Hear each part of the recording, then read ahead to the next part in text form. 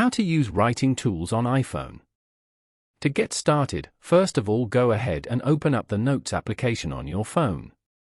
The Notes app is a tool for capturing thoughts, creating checklists, and saving key information. Tap the Compose icon at the bottom right corner to create a new note.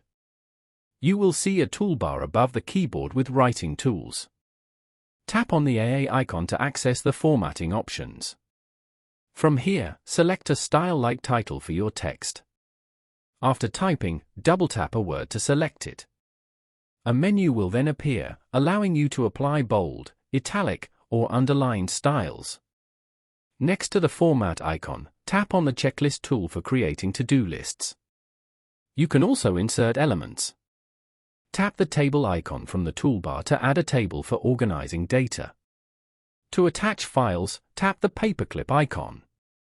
This opens a menu where you can scan, take photos, or attach existing files. When you're finished editing, tap on the checkmark icon in the top right corner to save the note. Following these steps, you can easily format text and add elements in Notes.